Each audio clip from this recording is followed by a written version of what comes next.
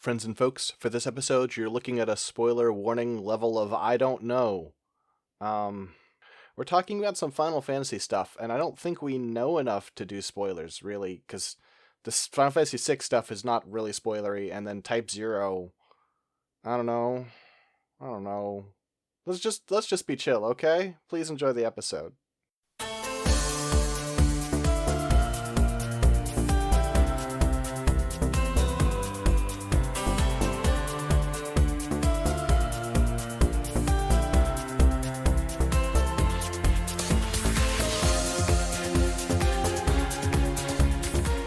Hello friends and folks, and welcome back to Mechanista NG. This is the Pursed. Alright, you know what? Fuck whatever bit I had going. I just said a word, so that's it. I'm 6-Stat-Mar.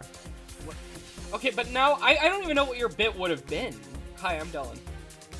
I was just gonna say this is the first episode recorded post-Switch 2, and I was gonna mention maybe we'll do Daemon X Machina when that game comes out. Oh, right, yeah. I think there's like an art book for that. I did play through it, but originally, but it was fine. I played some of it. It was alright. I wasn't moved enough by it or its designs to want to cover it here, but perhaps when the sequel comes out, we'll be like, sure, there's a critical mass of material. I feel bad about it, because I remember when it was like, the thing was, when it was like announced, everyone was so excited for like, oh look, it's, you know, they're not doing any Armored Core games, so this will be like an Armored Core game, look, it's gonna be so good. And then, yeah, no, it just kind of... I played it, and, you know, people were like, well, it's gonna be, you know, like a 4-answer type game, and it wasn't. It was fine, you know? Yeah. The main thing I didn't like is, like, how, rather than it focusing on, like, one, it felt like the mecha had a generally linear progression to, like, how good they were. And same with, like, the weapons and stuff, which can kind of happen in Armored Core, but generally speaking, like, especially an Armored Core game, like, for instance, 6, when there's not a lot of parts, it has a lot more of, like, you know, well, this one does less damage, but maybe it's better for my weight class or whatever, you know, like, it makes sense. Whereas, like, Daemon X Machina, I just remember it's like, okay, time to grind for this boss weapon and refight this boss 10,000 times to hope it drops, and because it's really good, you know what I mean? Like, it was just, it felt like that kind of thing. And you know, I don't dislike that inherently, but it wasn't what I was looking for out of the game. And also, I just thought the boss fights were kind of boring. So, especially when you have to do them a bunch of times in order to get drops. And here's the thing. When you design bosses that are good, that I have to get drops for, I'm okay with that. like you know, I play Monster Hunter. I like fighting monsters and getting materials to make things. But you have to make the bosses good, and the ones in Daemon X Machina were not, in my opinion. Maybe I would have felt different also if I was playing it co-op more, but, you know, I wasn't. So as a solo experience, it also just wasn't as fun in that way, but anyway. Yeah, it's just kind of mediocre. We have a different video game to talk about today, though, that is not Daemon X Machina. We do. So this is one of those, like, patron request episodes. We have requests coming in from McClebin. And I bet if I post an image, Dylan already knows what we're doing, because I was like, hey, do you have material for this? And Dylan's like, technically, probably, but I don't know if I'll ever find it, so... Yeah. That's the problem with dealing with Final Fantasy, is sure, they have art books, they're 1 million pages long, and there are 1 million of them. This is the Magitek Armor. We're starting off with the Final Fantasy VI version. I've got here the sort of concept art from Yoshiyuki Amano.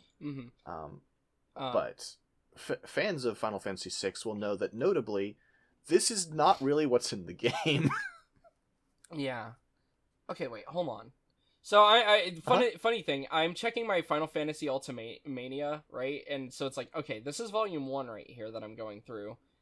And it ends... Okay, there's 6. Okay, 6 is at the very end. Never mind. I saw 5 near the end. I didn't see 6, and I was like, oh, wait. But 6 isn't in Volume 2, because Volume 2 starts with Final Fantasy 7. So, alright. I have this open for other images of the Magitek Armor, so, you know. But yeah, you know, we got... I said Yoshiyuki, I'm sorry. Yoshitaka Amano. I apologize. So yeah, I've got a couple of images of it, though. Honestly, you have a lot of them too. I mean, I've just got the Final Fantasy wiki. I don't have anything special here. Yeah. But... Well, I mean, there's a lot of them, right? Not to, you know. Because, like, here's Terra writing the Magitek Armor that's on the logo for the game. You know, like a side view. Uh-huh. And then there are many images of Terra writing the Magitek Armor through things, and probably be writing. Probably from various years as well. You know. Mm-hmm. So. Because also whenever they're doing like an art book or something, they hit up Amano and they're like, "Hey, can we get some Final Fantasy 6 art?" And this is his go-to. The interesting thing of note with his version of the Magitek Armor to me is that you know what? I'm gonna repost the image that you have in the back there just because the one in the book's better quality on the line work. It's less blurry. So okay. There you go. I'll let you rearrange that. Okay. But yeah. It's funny that Amano does have like a consistent design in mind when he's drawing this, because on the other hand, you like look at it and you're like, man, there's a lot going on here. But looking at his art, he does draw the armor consistently, you know. Which I find interesting. Trying to see if I could find other art of, like, I'm trying to see if there are other art of it on its own. No, it is always funny seeing all the Nymurod art for 6 though as well. There's not like a ton, but there's enough where it's just like, oh hey, you know, because Nymurod worked on that one as well. Mm-hmm. I mean, he also worked on 5. I don't know if he worked on 4, but I know he worked on 5 and 6. But yeah. Okay, yeah, I'm not finding any other individual art of the Magitek Armor. This is for a video game, and eventually it gets turned into the sprite, and honestly, the sprite is kind of also its own thing. Yeah, they're pretty clearly 2 different designs. So it's just one of those things where, like, there might not even be concept art of that sprite, right? Because obviously the Amano art is the concept art, and then the spriters, like, we're like, well, okay, we have to do this on a Super Famicom. Let's do our best. I actually do have the concept art for what turned out to be the sprite, but I'm going to talk about them like they're 2 different designs. Okay, yeah, so we'll start with Amano's art then. So yeah, for this design, we have an open canopy on top, with the controls sticking out. You've got, I guess what you would equivalent to being like the head more on the front of the design here. It's got like... I mean, it's got like a jaw even. Yeah, because it's got like, this little underhang part that, gives it like a jaw feeling. And then also on the sides of the head, you've got these big circles, that evoke eyes that you can see on like the different sections there. So, and even on the cleaner art, like for the CG, this was for the PS1 version of the game, right? Yeah, because I know the PS1 one added a lot of these like specific CG cutscenes. So, you can see like there's like a devoted eye on the side there. But yeah, kind of like a very, like, the armor has a very, like, trying to think of how to word it. It is not like a bunch of sections of armor. It's like a lot of large plates, right? Like, you look at the head here, there's not like panel lines and like lots of armor that is flat but connected to each other or round and connected onto the ends. It's like, pounded plate basically, which makes sense for the setting, for trying to do like a more fantasy / steampunk / magic punk, that kind of thing going on with it, for the armor. There's an aesthetic to it where it doesn't, like, all the individual parts are very clearly, like, manufactured artificial, like, metal plating and stuff, right? Mm-hmm. But the assembled shape of it and, like, the shapes involved are, like, very imitation organic. Yeah. When you hit the torso area, interestingly, you have some pistons going from, like, the torso towards, like, where the pilot canopy is. You have, like, you can see the bar there clearly. You can see it on the logo as well, and can't really see it on here. But, yeah, like, you get, like... Oh, stop waving. Figma. Yeah, so you get, like, some visible, like, mechanical moving parts, like, in the middle section there. It's still... You can see, like... It's almost like it's just visible there, like when you look at like some motorcycles and they just have like the engines and the engine and all that like visible, like when you're looking at like some parts of it from the side, is kind of what it reminds me of, because you just see like these little like little mechanical parts basically on the inside here, like throughout the middle of the body. But not necessarily knowing what their function is. There's also some piping towards the back of the torso here. For like the rear of the body, again, for like this abdomen area, you just get like this big pounded plate that is just mostly like a flat plate.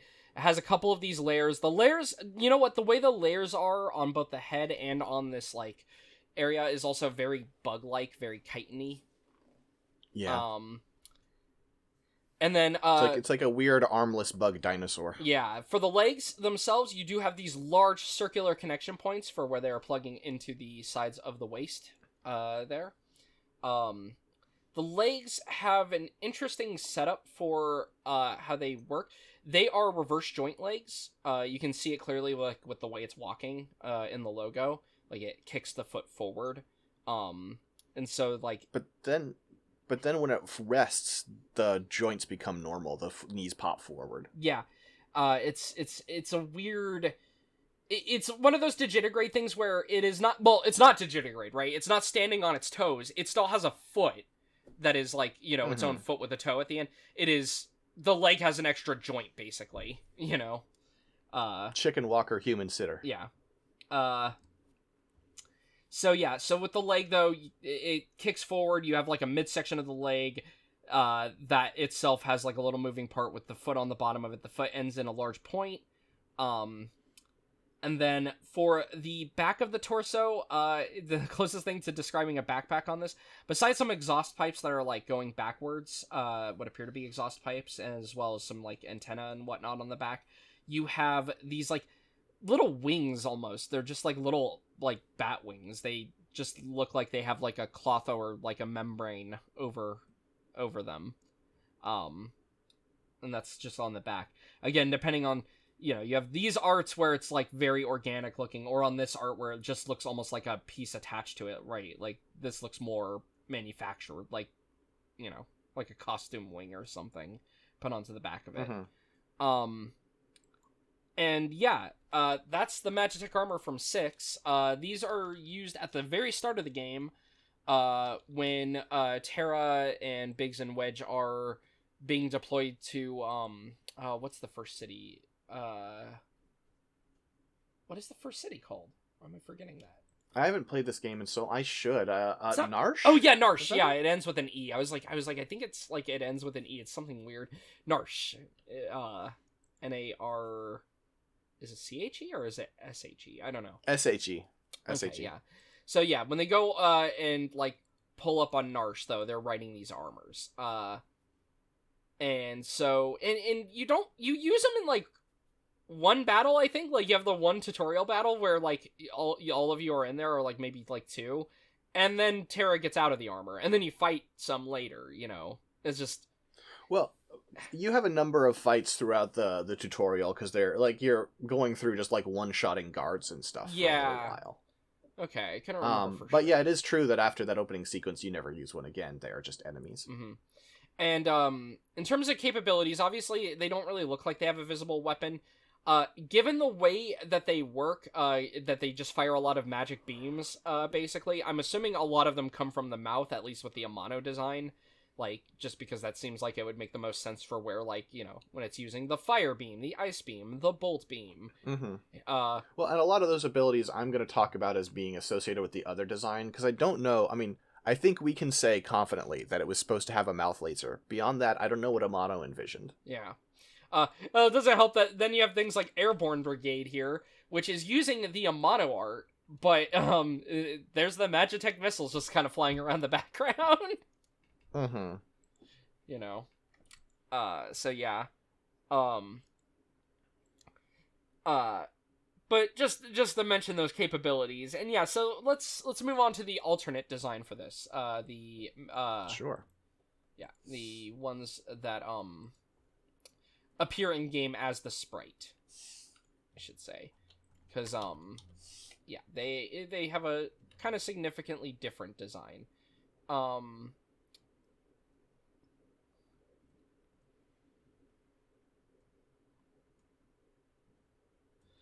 Yeah, even the wiki does quote that. Yeah, it is. The mouth is meant to be seen as like where the where it fires from. Mm-hmm. Which, now that I look at it, when you look at the concept art there, you can kind of see that even though it's more of a body, it does still have the quote-unquote mouth there. Mm-hmm. The unfortunate thing is, I don't know if we have... Yeah, this comes from the official strategy guidebook, but we don't actually know who the artist is. Yeah. Interesting. Because I was looking at it, I'm like, it doesn't look like either of the... It doesn't look like Nomura or Amano for the art, you know? It's got its own unique look to it. And yeah, and then the Magitek also, because it has the in-game sprites, you run into recolors as would be expected, you know? So this is 2 different units. This is the Pluto armor, the dual armor. This is the same sprite, though, right? I believe so, yeah. I'm assuming it's just a stat difference. Probably. Yeah, I'm almost able to convince myself that there's like a minor difference in here, but I think I'm just seeing shit. So. Yeah. We'll remove one. Let's see. What is the armor? What are the 2 ones called? Pluto and dual armor. All right, I'm looking real quick. Pluto. Okay, so I'm flashing between the 2 wiki pages, so the image is on the same location. There are no changes. Okay. Cool. And same with the 2014 version. The iOS sprites do not have any changes. The iOS actually makes it very apparent there are no changes too, because you know it's a much smoother art, so any kind of difference would be very noticeable. Funnily, there will be a related unit we can talk about in a little bit, but from the same game. There are also there are some stuff that's like inspired by Right, but then there are also like just there are a lot of Final Fantasy like, you know, fan service like collection games, right? Mm-hmm. So for example, here's Dimensions 2, and you can tell this isn't a new design. This is just doing that design again. Just different artist is drawing it. Yeah, so this design, to talk about it, is you still have the canopy on the top with a seatbelt visible in the chair. The body doesn't really have the head look to it. It has a little bit of it, you know. It still has like this lower jaw kind of thing going on. It still has like the beam emitter in the chest. It's much more traditional armor in its shape. Like this is shaped like almost like the upper body of something, though. Like you can see this is where shoulders are. And unlike the Amano design, this design does have arms. So beneath like the little bits of shoulder armor, you do have some circular joints that the arms are connected into. Also for like the lower torso, kind of like Amano's here, you just have a lot of visible mechanics in there, like pistons and whatnot that imply, you know, function within. The arms themselves are connected by a very thin, the bicep itself is like a very thin metal rod connected into this, and then that itself ends at a more flattish plate. It's a little bit curved, and then a bunch more mechanical parts in there. I'm assuming that whole mechanism in there is a joint, like, you know, the arm would move back and forth on that, or like this part of the arm right here. The armor itself, you have 2 little bits around the elbow that are around like the sides of the joint there that pop backwards and around where the upper arm is plugged into. And then the rest of the arm, not really any detail on it other than a cable on the bottom that is very visible there, some kind of cable or pipe. As you reach the end of the hands, you have like what appears to be like a knuckle guard on the side of it. Funnily, this is the part that is very Gundam feeling, because it's got like a little circular cap with like the little lines on there. Specifically like older Gundam feeling, because like this is how...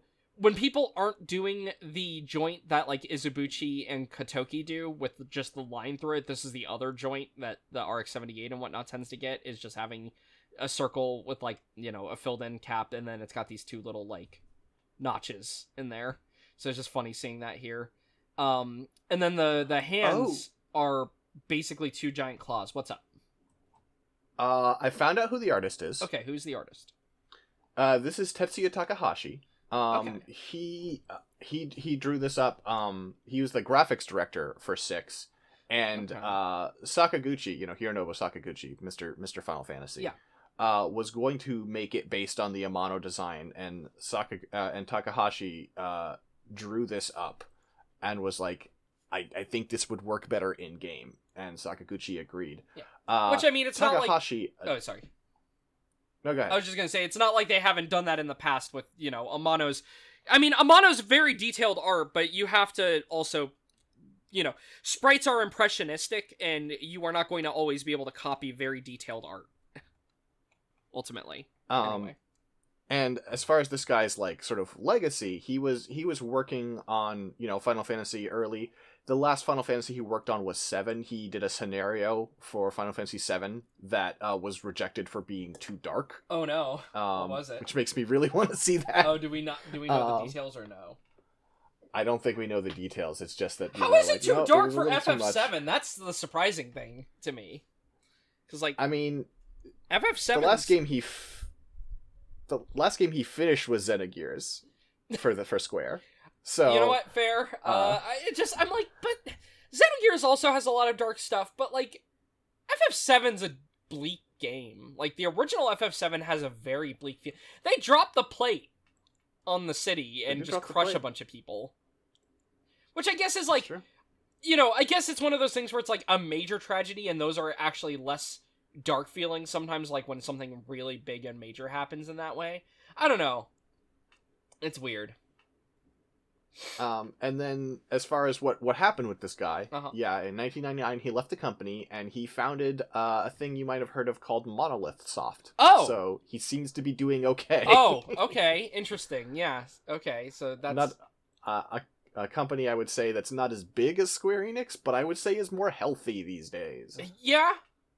For anyone who doesn't know what I'm talking about, Xenosaga, Xenoblade, also like one of Nintendo's go-to we need to ship this, which is how they did for, Breath of the Wild and Super Smash Bros. And most recently Mario Kart World. They're just like, hey. Looking at Tetsuya Takahashi's actual credits is really funny, by the way. So it's actually his very first game was with Falcom. He did East 3, Wanderers from East, and Dragon Slayer: The Legend of Heroes. Which is to say, the first game in the Legend of Heroes series, which is the 6th game in the Dragon Slayer series. But yeah, it seems like these days he gets to do the fun parts of Xenoblade games. He's like, here's the idea, here's some concept art, here's some music, alright, you guys make the actual game, which sounds like a sweet gig. Yeah. So 4, he did some battle graphics. 5, he did the field map for FF5. He was the graphic director for 6. He did graphic design for Front Mission, which makes me wonder if he designed any of the mecha for Front Mission as well. It's always fucked up when you realize that Front Mission 1, the Super Famicom game, came out in 1995. Because, like, that feels... it feels late, right? Like, it is. Yeah. It is a later PS1 or later SNES game. But then you think about how, like, Front Mission 2 and 3 also are very different games from even each other. Front Mission 2, it comes out 2 years later, is now a completely 3D game with its own graphics. And then Front Mission 3, even though it's also a 3D game, does not recycle, like, anything from 2 and is its own thing that also came out 2 years later. And I'm just saying, we used to make video games. Anyway. Yeah. We didn't. Well, we didn't. Japan No. Companies America in general has never once made a video game. Xenosaga Episode 1, though, yeah, he was the director on Xenogears, Xenosaga, and then basically, just Xenosaga stuff. Had a minor role on Super Robot Tyson OG Saga Endless Frontier, but otherwise it's just all Xenoblade and Xenosaga all the way down. And then a game called Soma Bringer, which I've heard of is a DS game. I've wanted to try it, but I've never played it. Yeah, I've also only heard of it. Yeah. Anyway, sorry for the little aside there, but just some fun there. Anyway, so yeah, got claws on the end of either of the hands. The way the claws are set in, it looks like they also are on tracks, so they are also movable, which would explain why the little knuckle thing looks like it's movable. Like, if the claws move down, that can also move with it. Then, the legs are connected into all that mechanical stuff in the middle. You've got like a yellow bit of armor for the thigh. You have some like visible joint mechanics going on in there. Then for the lower leg, green armor. Lots of visible mechanics between the toe and the leg and the heel and the leg there. It's got these like semicircle heels and then just like a long toe part. And then finally for a backpack, this has a much more like just it still is like exhaust, but it's like these like weird turbines almost on the back that have these little chimney stacks coming out, or these little stacks pipes coming out of them, and then also some tubes going into them, and then some more exhaust pipes just sticking out the back there at an angle. For my sins, this is always the design I've preferred. To be honest, I've always thought this design is really cool. Yeah, I like. I end up in the place where I like them both. I like this design though. I do think this one's good.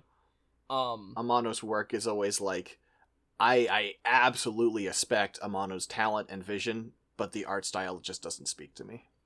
It depends on the game for me. But yeah. I guess that is kind of fair. Like, I think especially Amano's concept art for a lot of the later games, and for, again, I'm saying later as PS2 and beyond. I know that's not that much later, but after that point, I think it's not that Final Fantasies stop looking good or anything, but the art style feels a little like it becomes a little more generic. And so for those projects, Amano's like concept art feels really like guiding. Well, like it's interesting, right? Because like I think his concept art, even though I think his Magitek stuff 4-6 is really neat in within its art, admittedly speaking, I think it's more neat when the games are mostly fantasy games, like 4 and 5, for instance, that then just have random, like 4 has the Giant of Babel in it and all that. Like, when suddenly his, like, weird art that is, like, this, like, ridiculous mechanical design, like, pokes through. But it's still, like, a very fantasy game. Whereas 6 is, like, 6 is very much like a sort of Victorian era kind of steam tech going on. There are trains, there's technology, you have like lanterns and lights. Like it is more technological overall. And then of course you had FF7, which itself is just kind of like, especially like Midgar is just a like I would almost argue like close to a cyberpunk city. It is like a dark place. It is, slums that are, like, full of technology. You've got computers, you've got TVs, etc., and everything feels like it sucks. Funnily, when you leave Midgard, that's when it gets a little weird, because then all the other places in the world are more, like, normal. It's weird. Like, Juon Harbor is, like, also technological, but that's also because you have, like, the Mako cannon and whatnot being built there. By Shinra. Yeah, or you have like Rocket Town, but there are these little islands of like this futuristic design in a sea of generic fantasy, which is part of the fun of that world. Yeah, because like there's that first place that you go to after Midgar before the swamp, it's just like the little town with the inn, and that place just feels like almost like other than having like light bulbs, otherwise like the buildings are very like more old feeling, But then when you're in Juon Harbor, you get actually a mix, because you have the town at the bottom of the harbor, which is a bit more like a standard town, and then when you go up to where like Shinra is doing their thing, you have like the buildings that feel more like a New York City kind of thing, where you have these big blocky like tall like not skyscraper buildings, but like these buildings with multiple floors, lots of windows, etc., that just feel more modern. There's a lot of interesting looks to it. And then of course FF8 goes in its own whole weird direction of a, like normal towns that look like modern, almost modern, and then the weird fantasy, like, the schools, like the gardens and whatnot, that are just like these fantastical bright blue and rounded buildings and stuff. Yeah, it's like I said, just from game to game, whether I like Amano's art more or less than the actual direction of the game, it just depends. From game to game. In this case, Yeah, you want to know one where it's open and shut? what? Final Fantasy 16. I think that game looks like ass. Well, yeah, I mean, it looks like every other. It looks like a modern AAA game that is trying to go for a specific look, you know. Yeah. Not to like relitigate an argument that I'm sure everyone is tired of hearing with, oh, you know, everyone they just try to look realistic. But to be fair, a lot of games do just try to look realistic, and it looks bad. Yeah. You know what? I'm playing games because I don't like real life very much. Yeah. Well, and there's an enjoyment to impressionism, right? It's a thing I mentioned with like the sprites, but like, you know, sometimes you see a sprite and maybe it's not like when you're playing an NES game, there is a lot of imagination that you feel with sprites, and maybe you don't. Like maybe some people don't, but like, you know, I like a lot of good sprite work.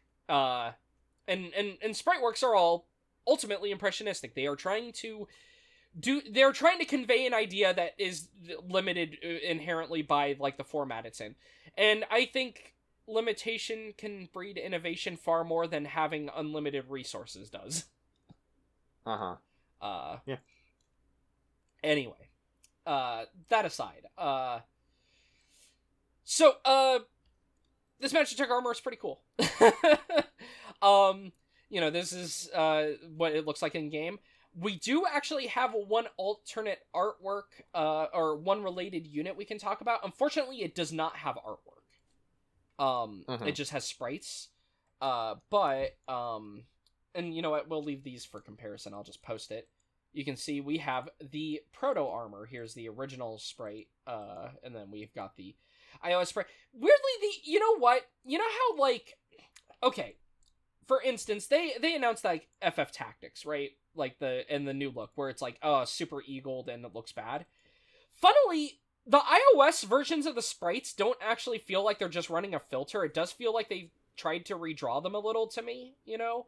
Like you can notice it with like the angles and stuff. Like they actually, like, you know, if you just put a filter on this would just still be a straight line up. But they actually, like, it's an interesting thing because it's something I don't really talk about. I actually don't think the iOS field sprites look terrible, but the battle sprites actually don't always look all that bad to me, really. No.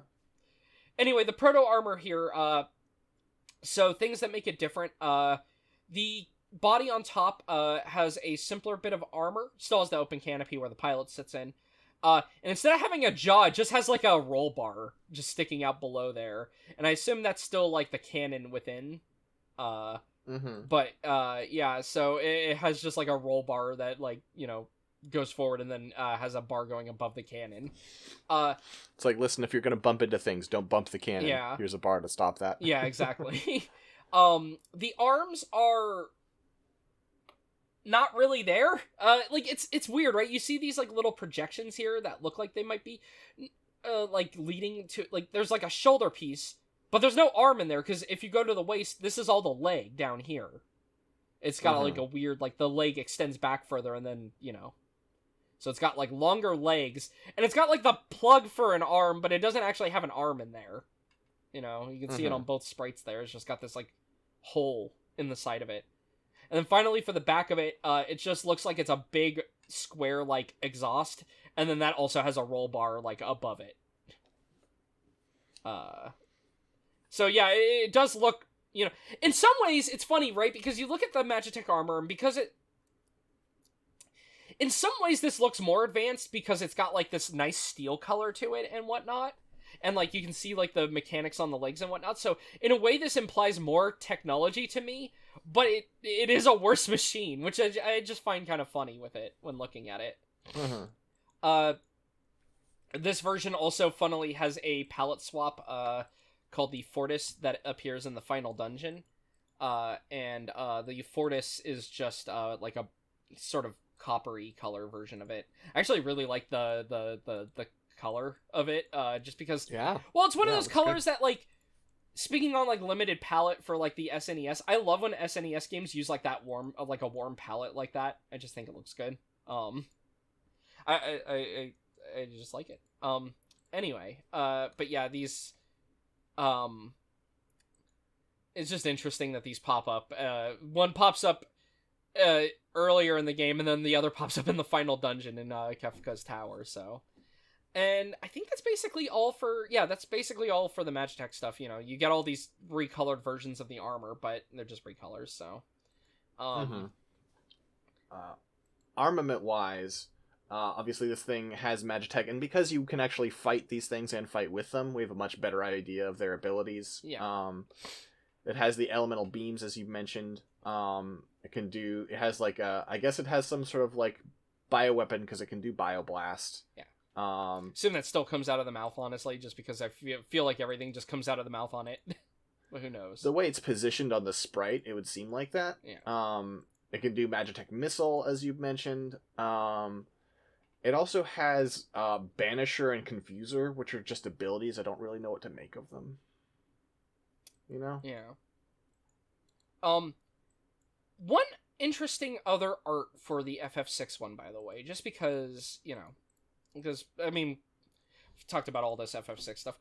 There's this art of Terra, and this comes from the PS1's gallery, so unfortunately, I don't know if I would have to search around to see if I can find this image. I don't know who did this art, but I actually really like it. It's really cool. It's like an interesting mix of elements going on here. Like, it looks like it is more based on the Amano design still, but, like, the mouth has, like, teeth on it, and, like, looks like it has more of a jaw, and, like, it's more anthropomorphized. And, like, Terra, I'm wondering, this looks like, I don't want to assume. This reminds me of, like, the one FF9 guy's art, though. Like, for the character art. Well, just, like, when I look at Terra there, like, her proportions and stuff. But I don't know whose art this is. It's clearly not Amano. That much is obvious. I mean, yeah, it's not Amano, it's not Nomura, I don't think. So, I guess it could be Nomura, actually, thinking on it, like, because Nomura, Nomura does, like, both. Nomura did both normal art for the FF7 characters that everyone knows, and he did also do, like, the more chibi-styled art, so it's not like it would be impossible. Yeah,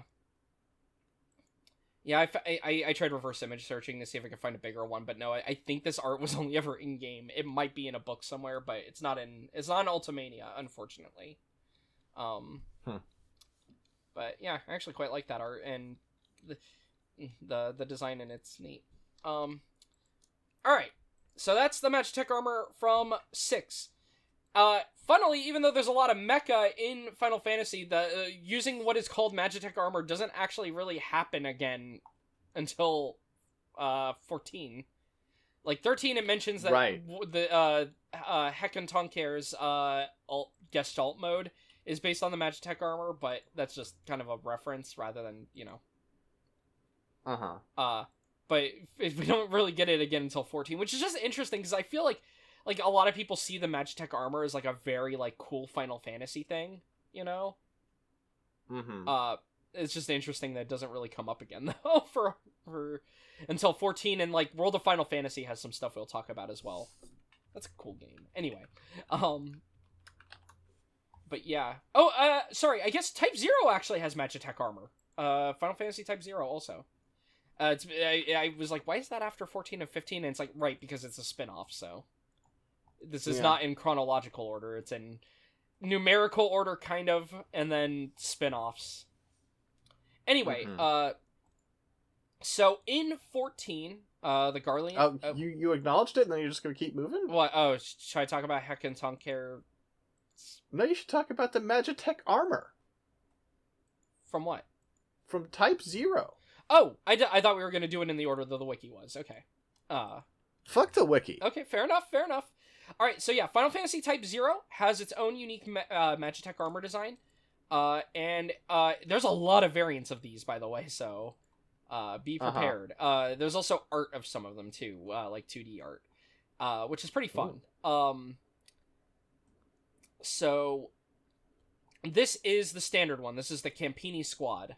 Yeah, I guess we'll do them one at a time. Yeah. It shouldn't overload us. Yeah, well, I mean, we'll cover the one, and given that they're all kind of like, a lot of these end up being body variants, I'll talk about what's different, So, for this Magitek Armor, it's very boxy. The pilot is in, like, this top area, kind of like the original, but not visible to the world, which, to be fair, in the setting of Type 0 of Endless War, probably want to cover your pilot a bit more. You have a visible, like, spotlight or eye on the front. It's got some vertical slats over it. You also get this like little lower bit of armor that just hangs below the light and below the like torso area. In the main body, it's just kind of a simple body there. You have these two arms connected. These arms are asymmetrical. The left arm, their forearm area is roughly similar. You have this like big rectangular-ish forearm that lots of bolted. You have lots of bolts all over this design. It feels very like industrial. And the left arm seemingly has, I assume this would be a magazine on top, and then the arm ends in like a larger cannon. For the right arm, I don't think it is, because if you look at this side, I think it's just this top part is like sort of the mount / gripper, and the thing attaches from underneath. So it has a similar shape. Okay. Yeah, I need to see. I could be wrong. I want to see if we can find another angle. Actually, I'm going to take a look if there's another angle. Of course, there's not. And funnily, this is one of the ones that doesn't have art. Okay. Okay, actually, Brave Exvius to the rescue. So there's a version of this called the Colossus that is just the same exact design. That appears as a boss in Brave Exvius. So we have another angle there. No, I guess I'm wrong then. Yeah. It's just the arms are just weird and asymmetrical, I guess. Then this arm, you've got I assume it's a Gatling, given the way, or like some kind of autocannon, just given the way it's got these holes drilled in it. And usually I associate like muzzle brakes like that with either a sniper rifle, which this is clearly not, or with like, something automatic. It's not a muzzle brake, it's air cooling. Not muzzle brake. Muzzle brake, you'd only have one. Yeah, muzzle brake is the thing you put at the very end of the barrel, right? Like the square boxy thing. Mm-hmm. Yeah, right, sorry. And that is the one you'd associate with a sniper rifle. Air cooling like this is just for something that's going to be really high firing rate and that's going to get really hot. Mm-hmm. And then below that barrel, it has a 3-clawed finger. That 2 fingers and then like a thumb in the middle, little grabby hand. For the waist, just kind of right below the little body area, and the body area itself is small. This waist is small. You have a little bit of the crotch that pops down a little further. You have these large circular parts on the very front of the waist, and then the legs. Oh, we totally have art of this. Oh, we do. Oh, is that at the bottom? Oh, hell yeah! Oh, that's great. It's just kind of in the mix, but this is great. Yeah. Look at that little guy. Yeah. So, also the art is helpful because this was a PSP game, and so sometimes the flatness of the design is maybe like for instance, actually, we talked about that gun on the wrist. That's a wire on the texture there. You definitely can't really tell that just from the PSP texture, because well, like a lot of PSP games, I think PSP games, in comparison, it's funny because like I've seen people compare them to like PS1 games, and I don't think they use the same art style, because PSP games have. It's gonna sound mean when I say it. They have a muddier look to them, I think. And what I mean by muddy is like the textures always feel more blurry than a PS1. And I think a lot of that is due to the screen also just being kind of its own smaller dimensions. I also think they're a little like they're able to be more complicated with the number of polygons, but not with the number of textures. Yeah, like the textures always it's a really weird noticeable thing. Well, like a noticeable thing also is like if you've ever played the Armored Core games that are on the PSP, because there's the remakes like of Silent Line and whatnot. So if you compare those parts directly, they don't look as good as the PS2, but they don't look like the PS1 Armored Cores. They look better than that. It's like a weird. The PSP is a unique looking system, is maybe how I'll put it. It's a very unique handheld in how it looks. So it's hard to. Some people will want to boil it down to just being PS1. And I wonder if a reason why people do that is because, to be fair, you could play a lot of PS1 games on the PSP. And a lot of people I know who had PSPs, for the first time playing some PS1 games was on the PSP, So, I wonder if that helps draw the association. Anyway, just interesting seeing the details here from the art, though, like the cable and the gun that you can't really tell normally. Or, like, the color contrast on some of these metals is a lot bigger here, which I think is fun.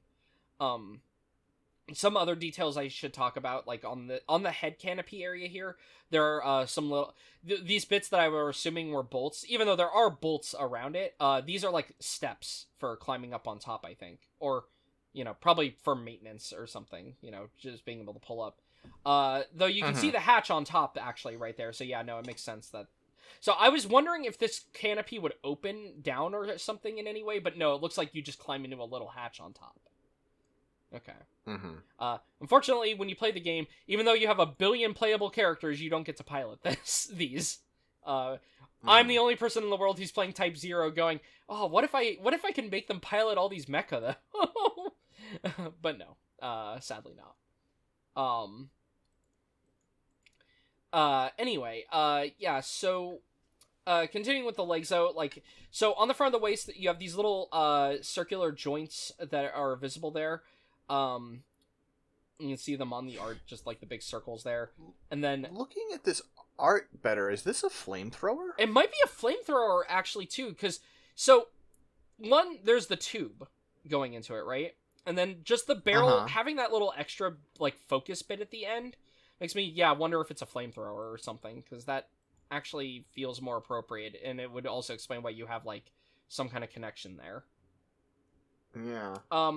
And then the legs are a couple of sections, also reverse joint. The thigh is generally going straight backwards. It's bolted into the waist there. You've got like the little joint visible from the side, like where it rotates. It's only armored on the top and the front of it, and then it loses the armor on the side, like near where the middle joint is.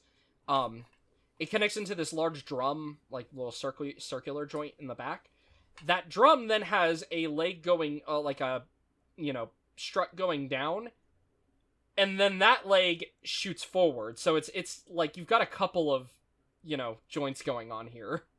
So this leg is kicked forward though, for the calf area, and then that has, mostly just reinforced armor around it. You get these like little like tanks or something jutting out of the side. You can see a little bit that they're meant to be kind of 3D. Obviously, on like the spray or on the texture, they're flat, but you can see that they have like a roundness to them here. And then the feet, you have two like boxy connections onto the feet, and then the feet themselves very boxy. They've got like a middle section that touches all the way to the ground, and then on the side of each of those bricks, you have these like pieces coming off. They have a rounded end, and then they have a toe sticking out forward and back of them. Oh, actually, sorry, only on the forward part of them. The back heel is coming out of the middle of the foot, like brick piece. So, yeah. And then finally, for the back of this unit, kind of the midsection in the back, you have these external tanks here on the side of like the back of the armor. And then for the very back, you've got these tall, like, they almost feel like they would be like coils, like Tesla coils or something, like just the way that these are designed, and they have these like little, things on the bottom here. And then you've got a rods extending up on either side, like these large antennas.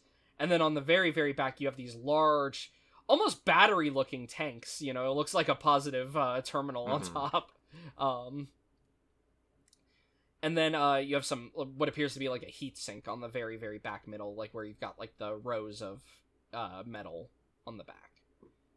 The tanks with the little antenna poking up is clearly trying to evoke the Sprite Magitek Armor's like back stacks there. Oh I yeah, think.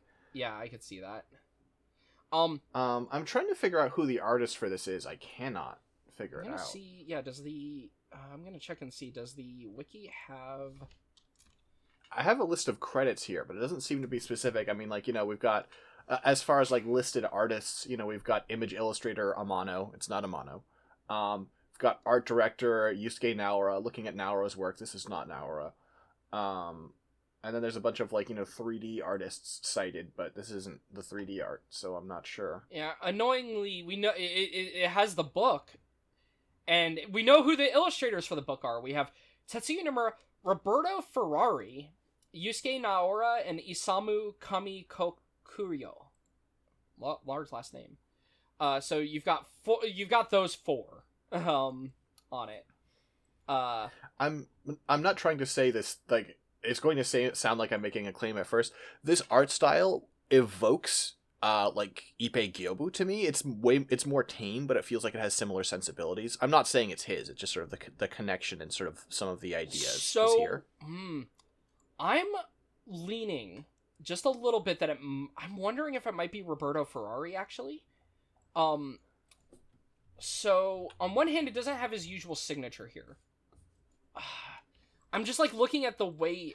But this is how he does concept art, is on this, like, he loves to draw it on like this sort of gray background style. Yeah, well, that's the thing, right? And like it's consistent among multiple games. It's not just like Type 0, but like in the FF7 remake, his art is also on these like backgrounds. That's the thing that makes it feel like, oh, I wonder if that's him. Yeah, that feels like our best guess. Yeah, right I now. don't want to, they only have him credited as a character artist on that. But, I mean, that's the problem with all of these is, I think they're all, yeah, well, okay, Isamu Kamikokuryo is listed as the world art director, but you look at his art, and, like, his art is, Amano style, like, big concepts, very fancy. Like, this is some of, Isamu's art there. So that's why I don't feel like it's him. And then you have Yusuke Naora, who, according to this, he was just the art supervisor. And we don't really have a lot of good views of his concept art other than... I guess we have his Balmung garden art. But that's so many years between that. These could be by the same artist, but it's hard to, yeah, say. Because FF8 and Type 0 are many, many, many years apart. So it's just... It's one of those things where it's just hard to know. Anyway, so, that's the Campini squad and Colossus, and this is like the standard, basic, most base Magitek design, for all of these. Now, annoyingly, because of the way this, the wiki has these labeled, I had to find the art for all of them is going to be a little frustrating, so give me a second, because some of these are used, like, these enemies have, the same design is used for multiple guys. And so, to find the art, you have to, like, look at a different one's page. Okay, so the next one on the list that is listed would be Colonel Faith's, which is... But Colonel Faith flies a Blackburn, is what this thing is called. Yeah, okay. I was gonna say, because, I'm, like, trying to find it. So I'll let you do that. Which itself is a Helldiver commander type, basically, is what it looks like. Because here's the Helldiver's art from Type 0. And you can see that it's a Helldiver with a commander antenna. And I think it has an extra gun attached to the wrist. This one does attach the guns like how you theorized, funnily enough. Because if you look at this one, it doesn't have the gun there. So, yeah. So I'm assuming that the Helldiver is like the more mass production version of it, and then you have these commander ones that have the antenna and maybe customized weapons. So yeah, I'm gonna write in our list. I'm gonna list this as the Helldiver. Yeah. So to talk about this design, you have much more of a rounded torso. The opening for the face is on, or like for the eye is on the top of it.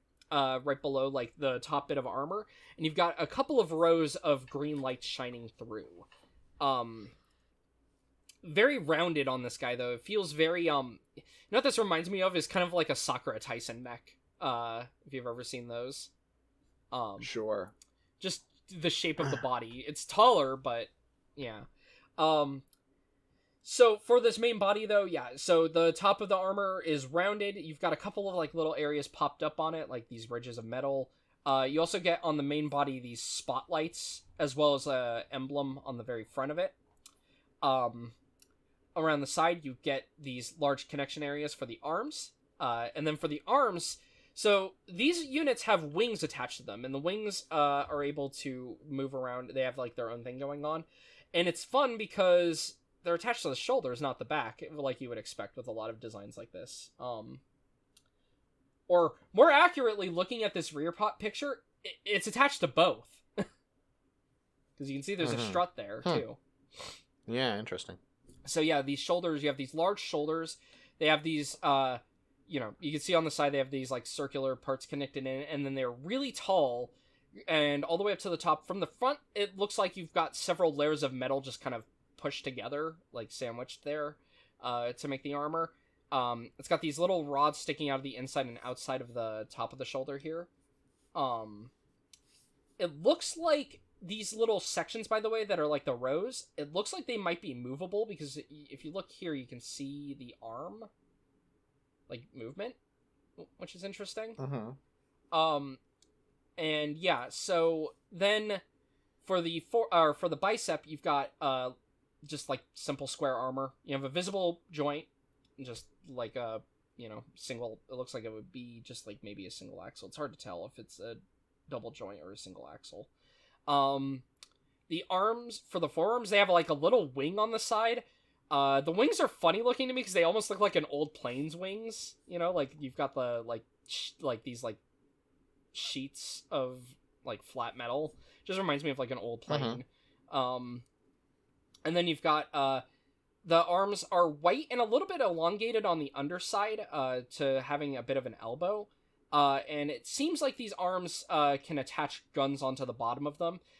It looks at first like maybe the fingers, like, because it has the 3 claws at the end, might hold the guns. But you look at this one here, for the one boss one, and you can see that the gun is being like plugged into the bottom there, and so the hand doesn't actually hold it.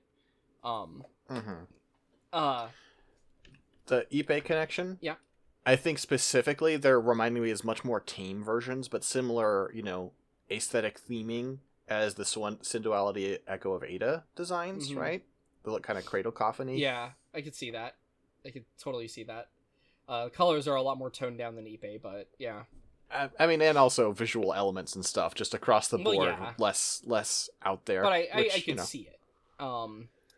Yeah, so the arms have 3 fingers, and then they can attach different weapons to the bottom of them, seemingly. It looks like most versions of this just have, on the left arm, it looks like it's just like a machine gun that has like 2 drum barrels on it. Might be more of an autocannon or something rather than a machine gun. Maybe an autocannon would be a better word for it. Yeah, makes sense. But yeah, you got these like 2 large drum mags on the side of it, and then just a large barrel. For the waist, large circular piece on the waist. You got some riveted metal with like this gold color on the side. You've got a plate that is just like on the front here. It looks like the plate has like a little hinge on it, so like that could pop down maybe. Might be for helping climb up it, just when you know you need to pilot it. But yeah, the waist armor has like a hinge. For the legs themselves, the thighs have kind of the same design going on as the hinged waist part, as well as like the head, where you've got like these little gold like embossed pieces of metal that are just going down them. And the thighs have this on the front and rear armor on them.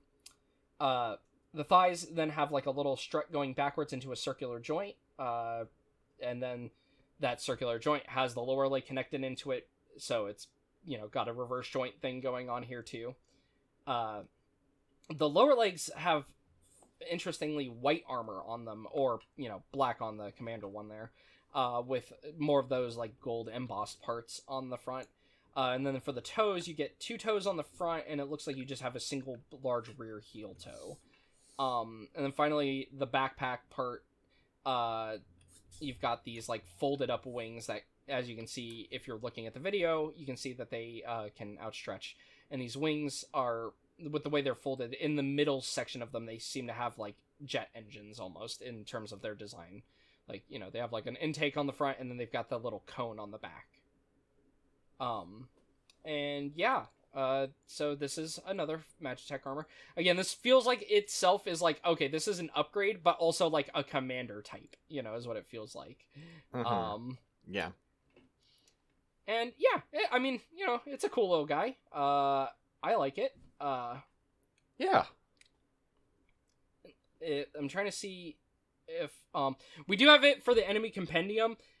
So these are meant to be flight types. I like that they call Magitek armors MAs.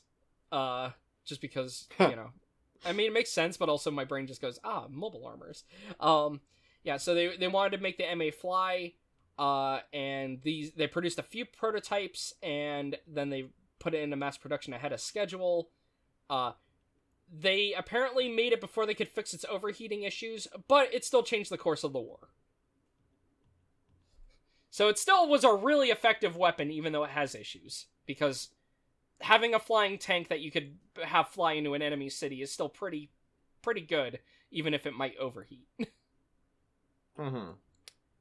Alright. Here's another one. Let me see if I can find this one's art.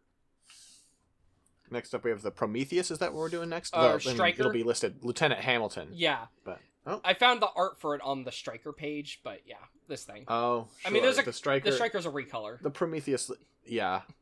So this is the one that's like this is actually a very classic looking Magitek Armor here.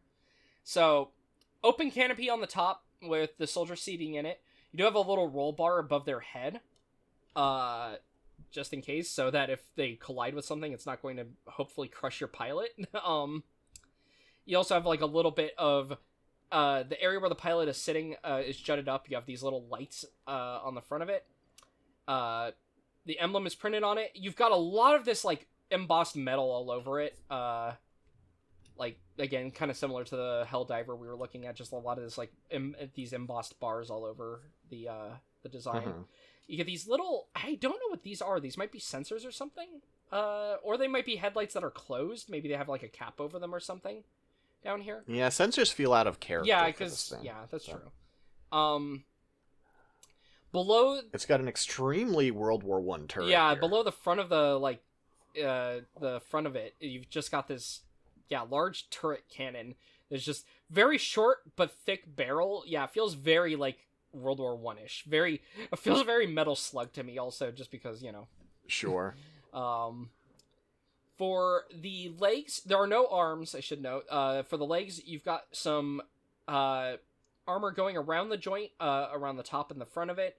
Then the leg is a reverse joint leg, as expected. The reverse joint, you have kind of like a extended reverse knee on the back of the lower leg there. And then for the feet, you've got these two claws on the front that are quite tall and only have like a little bit of a toe going on, and then a large flat pad for like the bottom of the foot that has like two little extra toe parts on the back, like extending backwards. And then for the back of this machine, you've got, again, what appear to just be some like batteries plugged into like a large like backpack from the top, and then you've got like a big bar going around the back here. Which is interesting because it clearly can be replaced with like a sort of like it's not even replaced. arms. I don't think. I wonder if that. I think that might just be resting on that, right? Or no. But look at how that. Yeah, look at the ends here where it connects. Unless this can transform, I don't see how. That's possible. You're right. Because it's connected into this bottom one, not the top one. Oh, you're right. Which is weird. So I guess they can swap it out to use it to carry cargo, is what it looks like. Mm-hmm. I just there's something about this image I find very charming. This like funny looking reverse jointed squawk guy holding a box almost as big as it is. Yeah. So yeah, this is like just kind of funnily, even though we covered one before this is actually like the most basic one, honestly, like the cheapo one. Mm-hmm. But it still has popularity thanks to its ability to keep the Dominion legions at bay. So, and plus I assume there's just a lot of them. The thing is, even though there are ones that look similar, each of them has their own compendium record, I believe. Or, no, maybe they don't, because I looked up the Prometheus, it doesn't. What about the Warrior, which is also similar? Nope. Okay, I just happen to keep getting lucky and clicking on the ones that have in-game lore. But yeah, so that's the Striker. And actually, okay, yeah, so the Striker transport they even list as its own separate thing, too. Which, yeah. Yeah. But yeah, so this is like the one that feels like the most classic kind of Final Fantasy one.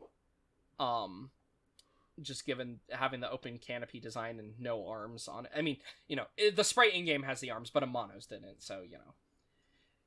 Alright, Now we start getting into the weird guys. Yeah, now we're talking about, like, boss machines, it seems like, primarily. Mm-hmm.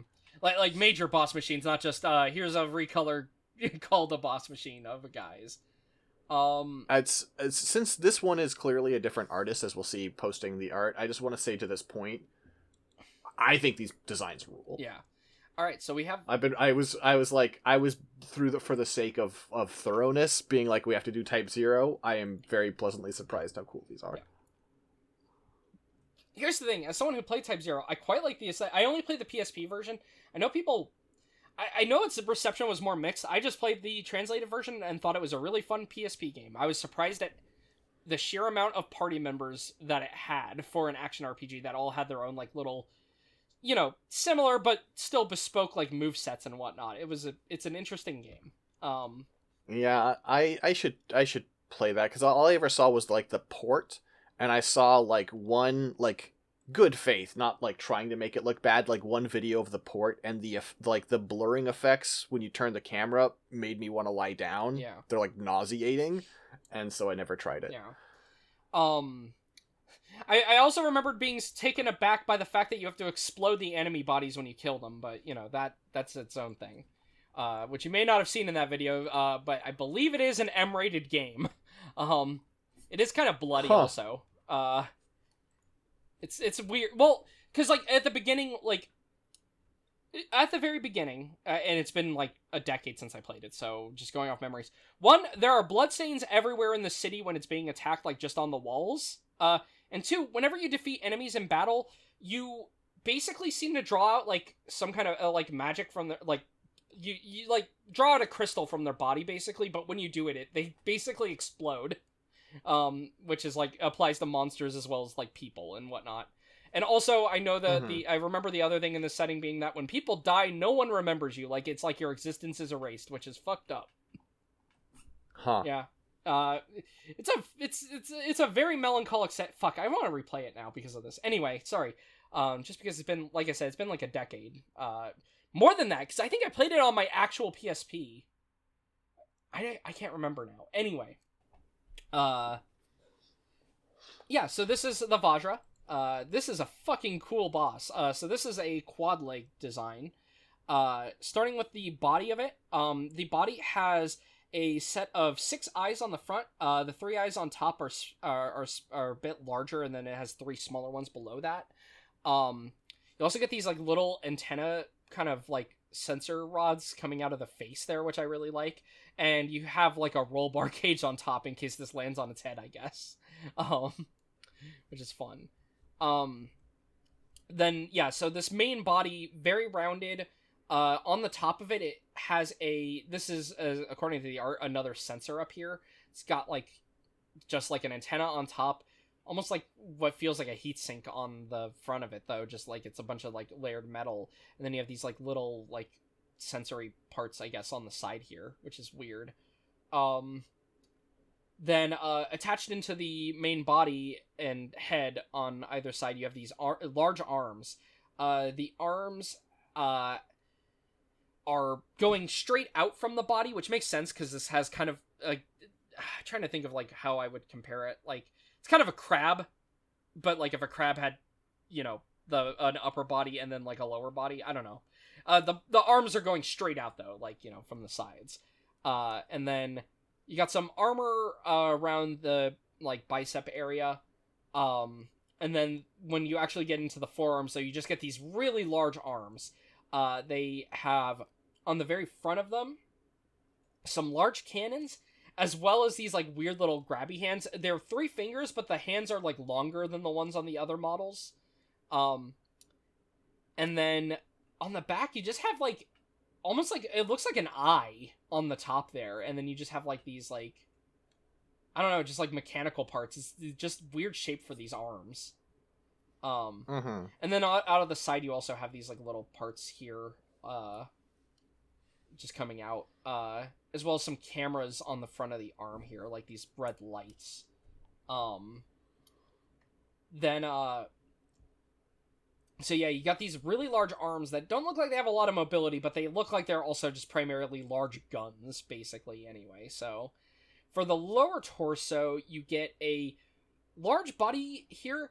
And interestingly, like, so you have, like, a headlight on one side that is, like, glowing green, and then, like, some kind of, like, blacked out sensor here.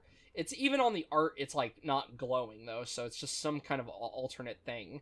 And then lots of armor going flat around the top here, and some armor around like this little sensor on the front.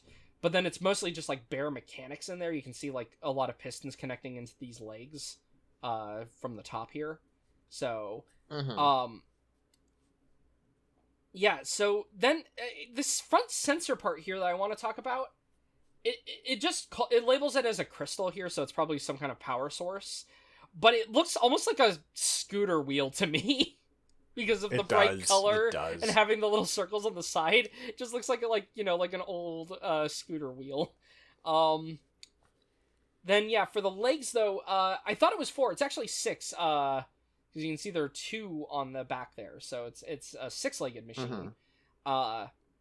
And so the 6 legs are all connected into this base body here, and for the little base part of the joint here, it connects downward into another circular joint that connects up into another joint, which at the top you have these like little reactor looking parts on top with like some glowing green in them, some armor going around those, an armor plate around the foreleg, and then at the very end you have a large claw.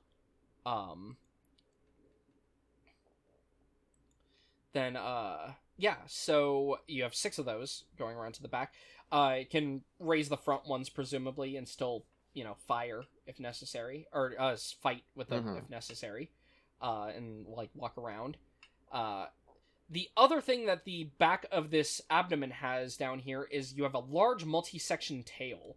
So it's like, the tail almost looks like a big vacuum tube, with, rings of armor around it. And it's very flexible, and you can see at the end of it, it seems to have some kind of drill. It's like a big pointy tail end, and then it's got these like little like orange caution like things just sticking out of the angles. Given what it's referencing, I assume it's a tail laser, because this is the references on this thing are interesting to me because it's a visual reference and a mechanical reference. The visual reference is this is the guard scorpion from Final Fantasy VII. I forgot about the guard scorpion. Here's the original design. Here's the remake, which I think visually makes the distinction, like the comparison, a little more clear. Yeah.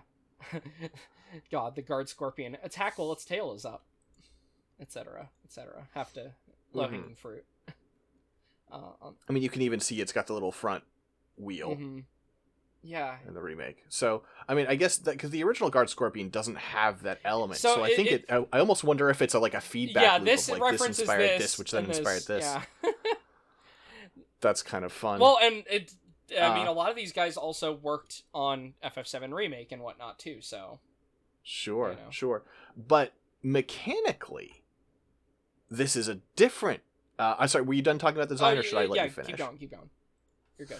Mechanically, the way this is used in the game is a different reference. The way this appears, and I'm doing reading, I didn't play the game, so, you feel free to correct me. But this is, you're in a hostile city and trying to get out, and this thing keeps appearing, and you have to, like, drive it off and run away, right? Yeah, yep. This is, clearly, This is... What is it? Yeah, this is the XATM092 from Final Fantasy VIII, one of my favorite Final Fantasy bosses ever. This thing is so fucking cool. Funnily, this thing is also, in a weird way, this thing looks very Amano too, like with all the swirlies on it, but it's also just so cool. I love this thing.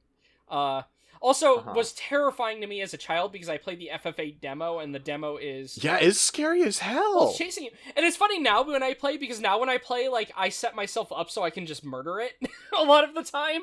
But when I was a child, and I didn't, expertly know how to play FF8, this thing was horrifying. But yeah, no, it's fucking cool. Yeah, and this climbs down from the Dalit Tower. Well, and yeah, so with the Vajra, it scales a bunch of the walls. It, fires at you. It chases you through a city. So yeah, no, definitely is very similar. I should play Type 0. You referenced the Final Fantasy VIII demo with your game, and I'm like, hang on, I gotta play this. God. With the version I played of the demo with its music that is very clearly similar to music from The Rock, and I'm like, well, why was this a problem any more than other times Uematsu had music similarity things, and like whether it's plagiarism or not is such a weird, bizarre topic to get into, because you start realizing almost every video game artist who is like really popular and well known has very clear motifs just doing like similar melodies, if not the exact same melody from prior things. And I never know when it's a problem or not. It just feels like people arbitrarily draw a line that, okay, it's a ripoff here, but it's just an inspiration here. And I'm just like, all art is iterative actually, so we should just be more cool about it. I get that like people get really mad when people steal art from one another, but also all art is iterative, so really making the judgment call is very difficult. Anyway, I like the demo song a lot, even though it is very similar to a song from the movie The Rock with Sean Connery and some other people. I haven't seen that movie yet. I know I should probably watch it because people like it, but it's all right. Yeah. It's like a prison movie, right? Yes, it's set in a prison, but it's not. It's not a prison break movie, but it's. I know it takes place in a prison though, or It's like a prison island. It's in Alcatraz, right? That's why it's The Rock. It's like a coup d'état is being run from Alcatraz. Yeah, that's fucking hilarious. Who's running a coup on America and Alcatraz, man? Well, American soldiers. That's why it's a coup. Yeah, but. Man, it's a very defensible position. It's an island. Look, I'm just saying that post Cold War, we didn't know what the fuck to do for our villains, did we? Actually, I think we did, which was pretend the Cold War hadn't ended. Yeah, I mean, most movies. Well, yeah, I was gonna say not the Rock, not the Rock. I didn't know if it was going to be secretly funded by like an ex-Soviet general, or because like that's what happens in GoldenEye, right? Is like you have a bunch of guys who are not the Soviet is like government is dismantled, but clearly here's a bunch of holdouts that are still Soviet guys we can have as the villains, and it's just the Cold War ending is so funny with like cinema and whatnot in this way. Anyway, next boss, the Dáinsleif. So the Dáinsleif we should talk about along with the. I guess we shouldn't. Never mind. Forget me. I'm trying to see if I can find the art of this one. It's gorgeous. I've got it here. It's gorgeous. Oh, and the tail opens up. Okay, no, this is the same as the Balmung, basically. That's what I was going to say. Like, we should do it with the Balmung. The Balmung is a little different. It has like a different like head situation and stuff, but the big tail mechanic is clearly the same. And yeah. So this one's basically given the tail. This is a 9-tailed fox. You look at the you look at the head design, and yeah. So for the head, you have a very fox head. You've got these pointed ears, these large green eyes that are swept back and pointy. You've got even like the way that this metal is like carved in here is very whisker like. You've got this like gold these gold rungs running back on the sides of the head. And then right below the head though, you've also got this like weird kind of large flat green jaw piece almost.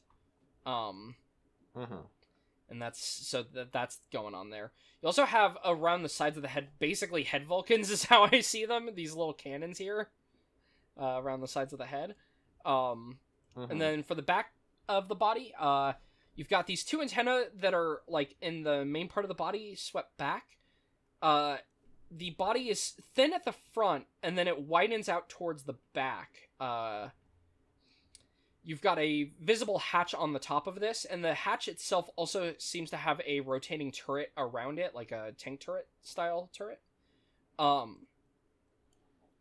For the limbs, for the front limbs, you've got these large claws. You've got a lot of this, like, again, sandwich, like, metal kind of look going on here.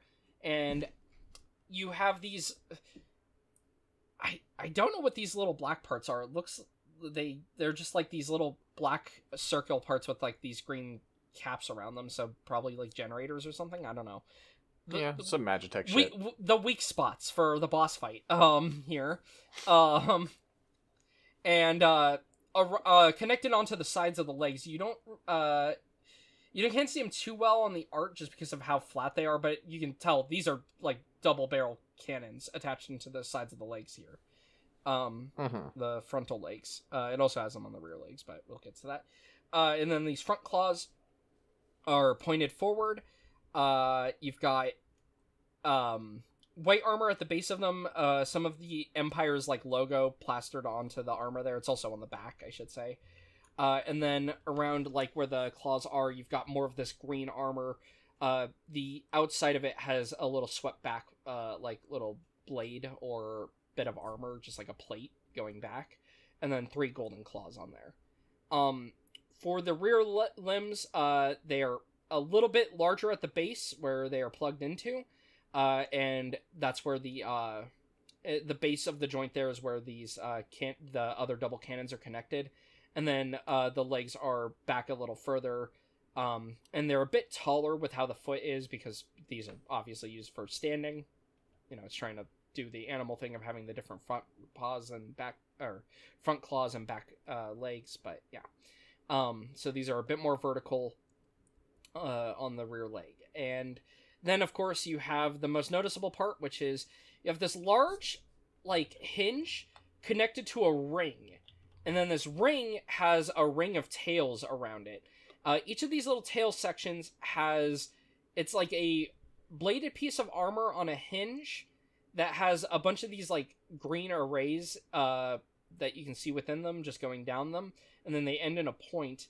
And when it's in, like, a sort of reserve mode, the hinge for the disc is folded back, and then all the tails are folded in.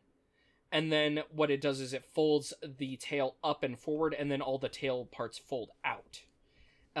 And then around the ring, like the little disc ring in the middle, it generates like Magitek energy in the middle of it when the tail is in the open mode. Yeah, it's fucking cool. I mean, I think nine-tailed fox robots are pretty cool in general anyway. I'm always thinking of one of the only hexagears I own, which is the quote-unquote Weird Tails. Let me find it real quick. Which is has a, you know, similar motif going on. Trying to find a picture of that real quick. Which is also a, you know, nine-tailed fox mecha. Here it is with the tails in the closed mode, which it looks like it only has 3, but then what it does is it has little, the little red parts are guns that spread out and are, you know, it's 9. Uh-huh. Yeah, and also they fly off. They fun. also can fly off as bits and whatnot, or be used as like one of their example images is using it as a barrier, the planet defensor style. So yeah. So cool. the other machine is that we don't have proper art of is the Balmung, which is a successor to the Dáinsleif that is supposed to be less. Since this is Fabula Crystallis stuff, there's the whole like Lassie shit, right? Yeah. And this is like the Dáinsleif ran on Lassie magic, and for the Balmung they were like, actually fuck that. Yeah. So it is a more funnily it is more mechanical in nature, right? You've got the head is now just like a flattened metal part with no eyes visible on it. It still has the little head cannon parts around it there. The legs are just like tank legs on the front, basically, with the double cannon. Interestingly, the rear legs do still have the claws, but, you know, it's a much more dull color going on as well. And then, of course, it still has the tails. Didn't really change that part at all. It just, the colors and whatnot are more dull. It's interesting because, yeah, it is a much more boring and lifeless looking version. Intentionally so. Right. I mean, that's, you know, it's like, hey, we are cutting God out of this design and moving in a more soulless mechanical direction. Yeah, it's still cool looking, but not as cool as the cool fox. I like the cool fox. The cool fox is cool. That's the thing. Hence the name. Yeah. Also, Dáinsleif is cooler than Balmung in terms of fictional weapons, in my opinion. Just because Dáinsleif's a cooler name. It's a cooler name for sure. Yeah. I ain't here to shit talk the Nibelungen lead. Let's just leave that one alone. Yeah, fair enough. All right, and then there are 2 more bosses, I believe, right? 2 more, I believe. Yeah. Next, we have we have 2 unused Brionac. designs that we could talk about, or a couple of unused designs, and I'm gonna make us talk around those. So. Okay, this is gonna be a long episode. Well, hey, it was for a Patreon person, so. Yeah. All right, so this is what is this? The Brionac for this one? This is the Brionac. Yeah. Oh, this guy's wild. Yeah. I like this guy a lot, actually. So, the body on this is so far the most humanoid of them, funnily enough, with the body. It gets weird when we get to the limbs and whatnot, but, you have a head. The head has a cross-shaped, light in it, which is pretty cool. The armor for the head, you have this swept back, gray armor on the top. And then some silver armor, and then more silver armor around the sides. And the head, the way the neck is connected into the body, it's like the head is leaning forward from the body, like, decently far. Very Genova, the Genova statue, to me. Just doing the stupid, saying, oh, this reminds me of another Final Fantasy thing. Reminds me of the Angel Genova statue that is not really Genova. We have a huge collection of we have a bunch of a big panel of concept art of specific parts. So we'll try and pull them up as we go. Yeah.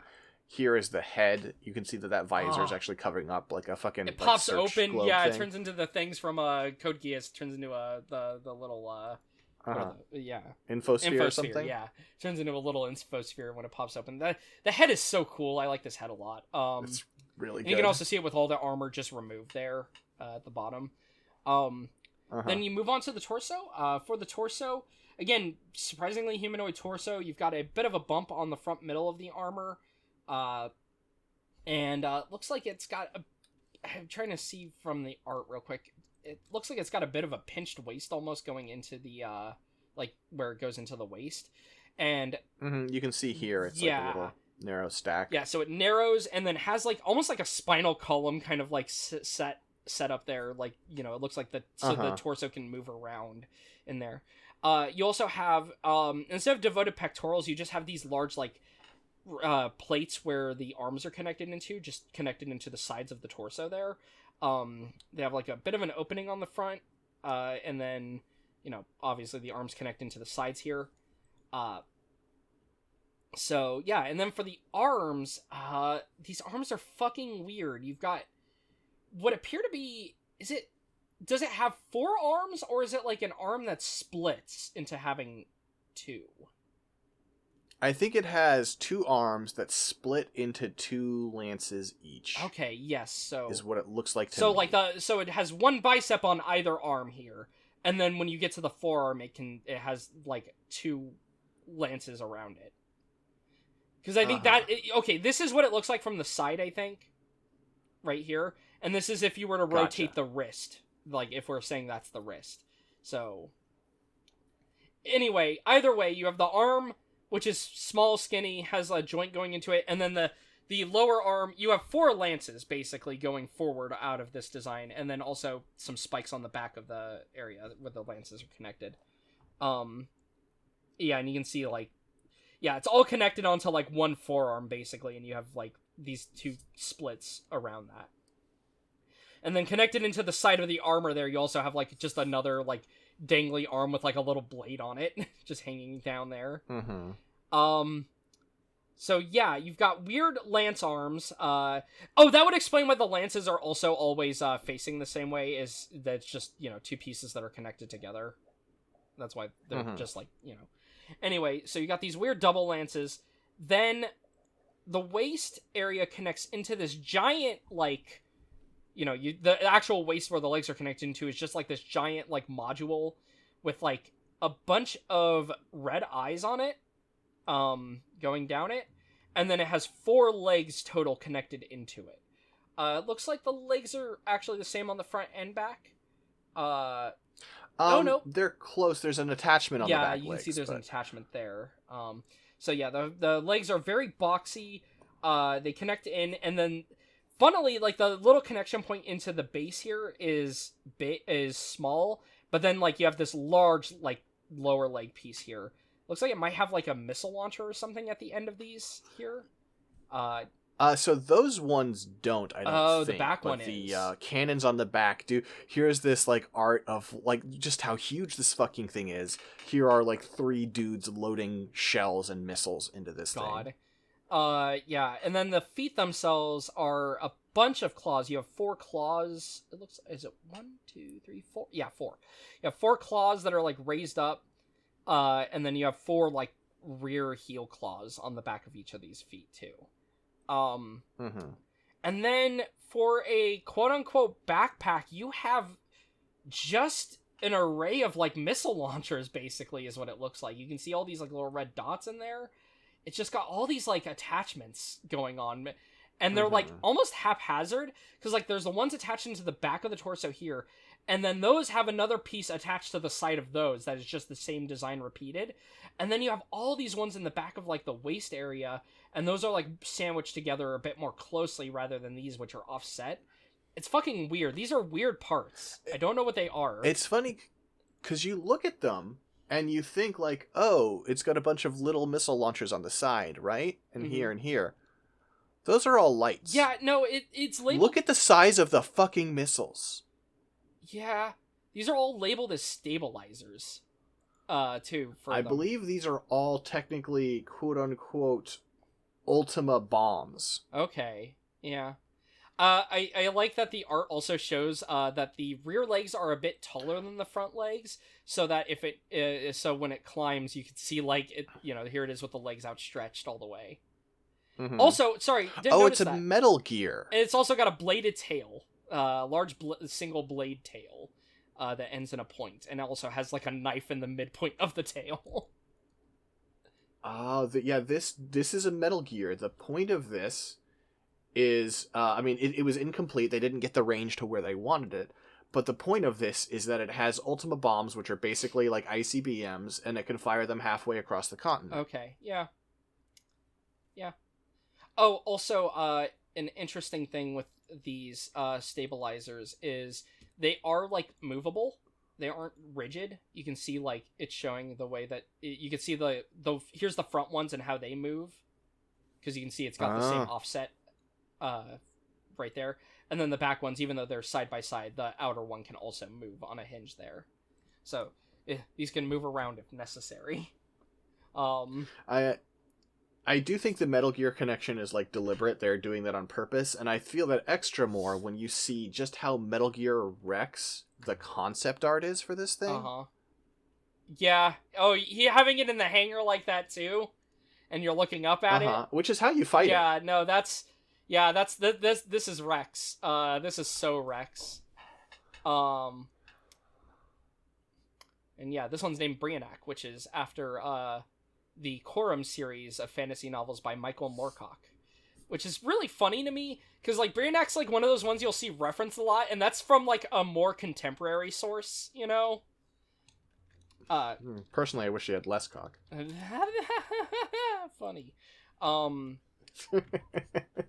That's extremely I really wish you hadn't made that joke laugh, which is a particular one that makes me happy. Shut the fuck up. And then you have Elric. Michael Moorcock's also the one who did, like, the Elric books, which, you know, which is where Stormbringer comes from, which is Elric's sword. And also Elric is, like, maybe, like, one of the most prototypical, like, you know, he's a frail elf king guy who's, like, really pale, but his sword gives him power, so he's got, like, this cool magical power and whatnot, even though he's, like, this white-haired twink. And I'm like, this gave birth to a different, like, subset of characters. But yes, so... Anyway, yeah, yeah, so the Brionac's fucking cool, though. It is Metal Gear. And then we have... I think we have one more, right?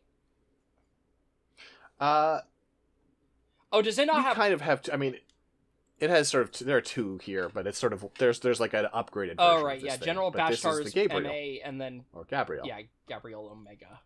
in Gabriel. Which, yeah. So this is kind of more on the traditional one. This feels like an upgraded version of the Helldiver. So you've got like a bit of an elongated face on this one with 3 inset eyes. Instead of a normal roll bar on top, this has like what feels like a Magitek roll bar because it's purple and glowing. Mm-hmm. And that's even in the art. At first it looks like, oh, did they rip the model and like not get the texture? No, that's what it is. It's just like that. No, the face is just the face and head is just a completely different color scheme. Yeah, it's weird. Then you've got like a almost like an arrangement of vents going down the side of from the head to the torso here. The torso has a bunch of wings attached to it from the top as well as on the back. Then you have, so for the arms here, the arms are connected into the side. They have a little bit of a butterfly going on here with how they can go back and forth. They've got like an arrangement of the metal sandwiched between each other, as well as like big glowy green on the outside, more Magitek stuff. Weird joint shape with how this is going down. It's very rounded, and one of the reasons these are such a weird shape is this arm collapses into to itself for a transformation that we'll talk about. The claw hand, even though it's got this like crescent shape, does still end in like the 3 fingers. And then attached to the bottom, it has like a large version of the gun that the Helldiver has.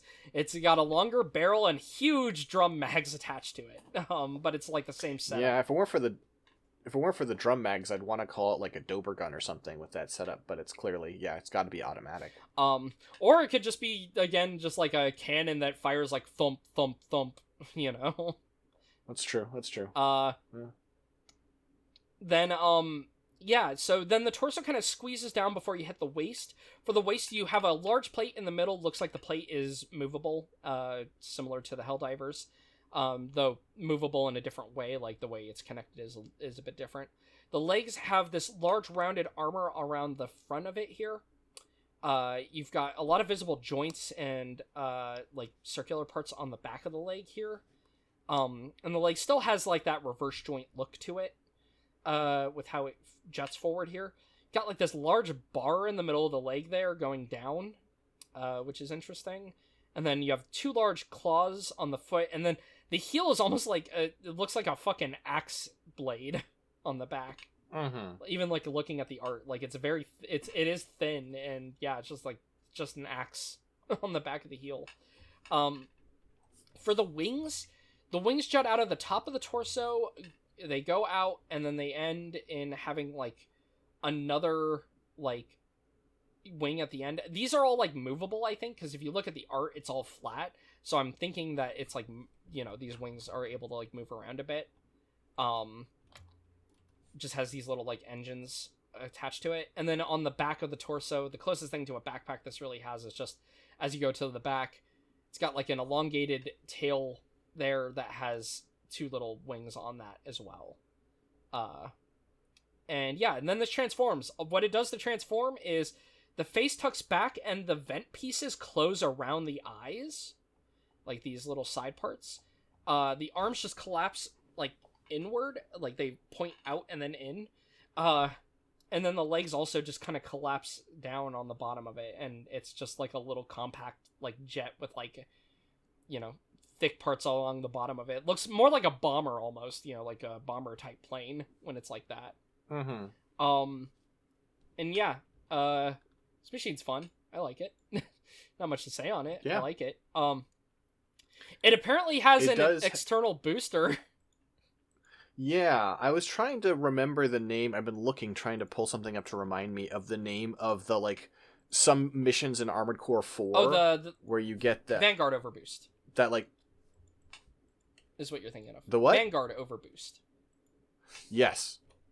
Where like you start the mission with this huge booster pack to get you to the mission area. It definitely has those vibes.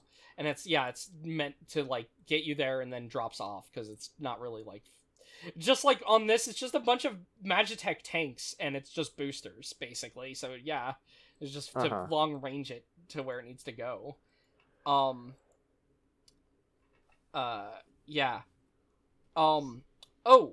kind of a fun thing. Sorry, I should have showed this earlier when we were talking about the Helldiver and whatnot. but with the Blackburn's art, real fast. I just want to mention, I like that it's got a drum mag for this, like, grenade launcher, too. Like this, but it's, like, connected that way. Just looks cool. That's cool. Alright. Okay. So those are... You've seen that design. Yeah. How do you make it a final boss? Do you have any ideas, Dylan? Is there anything we could add to this? Like, I mean, obviously we'll do some redesigns, but, like, fundamentally, what, like, one item is going to turn this design into a final boss? Swords? Katanas, yeah. Yeah. Unfortunately, I remembered this from looking at the art earlier, though, so I will not take credit for that, knowing that. I was like, what was even different on it? Swords? Alright, I forgot about the missile pods, too. So, yeah, this is a very similar design, ultimately. The arms are a little thinner, mainly because it looks like it might omit the transformation. So the arms are now thinner and a little longer, with the way their claws are.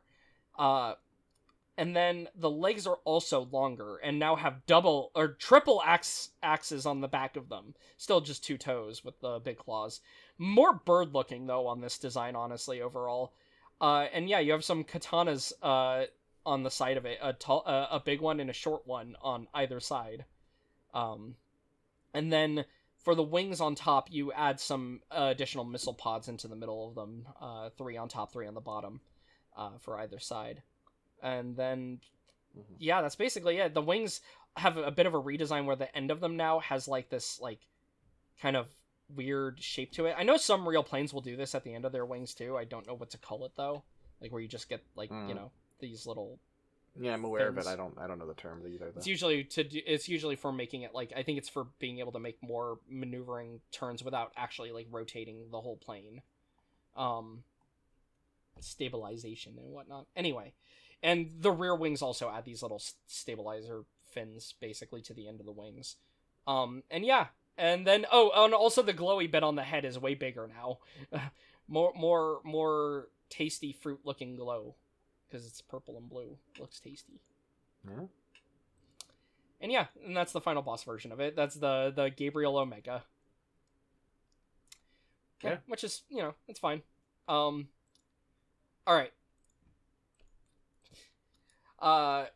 We have 4 unused designs, though they'll be kind of quicker to talk about, because they are simpler. This is not technically classified as a Magitek Armor, but it is basically, designed in, like, the same way. It is the Nymurod, which I think it should be Nimrod, is probably what it's referencing. And it's a 3-legged tank that, is kind of cute, honestly. Yeah. It's got a gun in the head part on the front. The sides of the head have armor around the eyes, so it almost gives it like lizard eyes vibe, just because of the way that, you know, you get like a little bit of skin around the eye first, and then there's the eye. And the green parts are just large and green, and then they got a little pupil. As you go down, it's got, like, anti-infantry feeling guns, more embedded in the torso wedge here. It has another pair of eyes on the very back of it, along with one of those, like, roll bars. And then you've got 3 legs. This guy's weird because it's a tripod. So, you've got 2 front legs and a rear leg, and the legs are all the same design. They have a large calf, or a large thigh sticking out forward on them, and then when you hit where the knee is, it's got a large plate of armor around the knee, and then you've got a more rounded plate around the base of the leg, though no armor on the back of the leg, and then you get these little round pad feet, almost suction cup looking feet. And then on the very, very back of it, you have 2 more little, like, anti-infantry guns, just on the butt of the machine, and it's just this funny little 3-legged walker. Yeah. Another unused design is related to the Helldiver. This feels like it's in between, like, the Helldiver and the Gabriel. I will say that the Nimrod is not unused. The Nimrod is not unused, yeah, sorry. The Nimrod is not unused. This is unused, though. So this is like a version of the Helldiver that adds a scope, like a scope dog scope to the eye. It's got, like, 3 different, you know, settings on it. And then the other major thing is that it has a large, almost like a hussar flag on the back of it. like a winged Uh-huh. hussar flag is what it's reminding me of. That so it's just like a pole, and then it's just an antenna array basically, and it's got a lot of these like little ring things going on with it. The only other difference is in the left hand, this is using the same launcher as the one boss version of the Helldiver. It's just, it has it in the left hand instead of the right hand, and it doesn't have anything in the right hand. So the one other unused one is the one that looks very much like the FF6 Magitek Armor in design. It's interesting because it's in white and it's a bit simpler, but it has, armor around the faceplate here. It's got these little devil horns going back. As you go towards the back of it, even though it looks like it's enclosed, it doesn't look like you would like have someone riding on top of it. It has these little wing plates though. It doesn't have any arms. Instead of having a mouth gun, it does still have the mouth. You can see from the side it's got a jaw there. But as you go to the bottom, it also has like two little infantry guns on the bottom of it, like on this drum. And then for the legs, you've got armor around the base of them. It's got these like green rings that almost stick out of the leg there. And then, yeah, just the way the legs and everything are, this is clearly a reference to the FF6 Magitek Armor, to the point where there is itself a design that is, just colored like, that Magitek Armor. I'll get rid of that. And also has some other, like... It changes the design a bit, but it's clearly, it. like, the same basis for the design, Yeah, it's clearly the same machine. Yeah. And so, yeah, just wanted to talk about those, because those are fun. I just realized we have FF14. Fuck. And 15. Why don't we do a part 2? Yeah, we'll do a part 2. Because it's been 2 hours. So I forgot about those. I got so excited doing these Type 0 designs that I was like, oh, right, there's more we have to talk about. This isn't the cool finale of it. And, listen, purely back end, revealing some secrets behind the scenes. Once video files get past a certain size, it gets, annoying to work with. It slows everything down. All right, well, Six, where can people find you online? You can find me on Blue Sky at Sixdettmar, Sixdettmar. You can find my work at scanlinemedia.com or patreon.com/scanlinemedia. Like McLubbin here, our patron, you can, support us at the $5 tier for a year and then just ask for something. And we'll just do it. We have our... And then... We don't want to make it like an incentive thing, but, Right. It's you can also just ask for things without paying us, and it just goes on a list and we roll die, and you hear those episodes all the time. So that's a perfectly valid way to get stuff through. And then lastly, of course, if you want to talk to us and get stuff through to us, consider the Scanline Media Discord, where we do, of course, have a Mechanista NG channel. Yeah. Dylan, what about you? You can find me at lowpolyrobot.busky.social, where I just post whatever I'm up to. I was posting a mixture of Dark Souls 2 and a bunch of art from Tomino's novels earlier. And just, stuff like that. Just whatever is my interest. I also legally obtain lots of anime books, and will post the scans of those and share those with people, because I like sharing things. I think it is cool when fans of things get to see more things, especially artwork and whatnot, stuff that I think is really cool and that people should care about more. Including, here's Renton in playing with his toy in a little margin illustration in the sete for the episode, where you see this LFO toy, and he's wearing an Ideon shirt, and it made me laugh that he's wearing an Ideon shirt. Also, he's just got a funny face, because it's Renton. It's baby Renton. Baby Renton. But yeah. They also made sure to include the detail that barely comes up in the episode. You just notice it if you look. That the end of the rocket punch, the little blade at the end is chewed up because when he was a child, he chewed on it. I'm so glad they included that detail. That's very I good. assumed it, when I had seen it before in the episode, I just assumed it was banged up because, it's like an old Chogokin toy. And then the people, the nerds who made the sete for it were like, no, we have to make it very authentically like an old toy. Like, it's gonna have a sword, even though that makes no sense for it to have, because LFOs don't really use those. And it's gonna have rocket punches, and, and also because it's played with by, like, a 4-year-old, it's gonna have bite marks and whatnot. Just fun and goofy. Anyway, yeah, I just post stuff like that. And yeah. Alright. Well, folks, remember, I'm a general, not some opera floozy. Peace.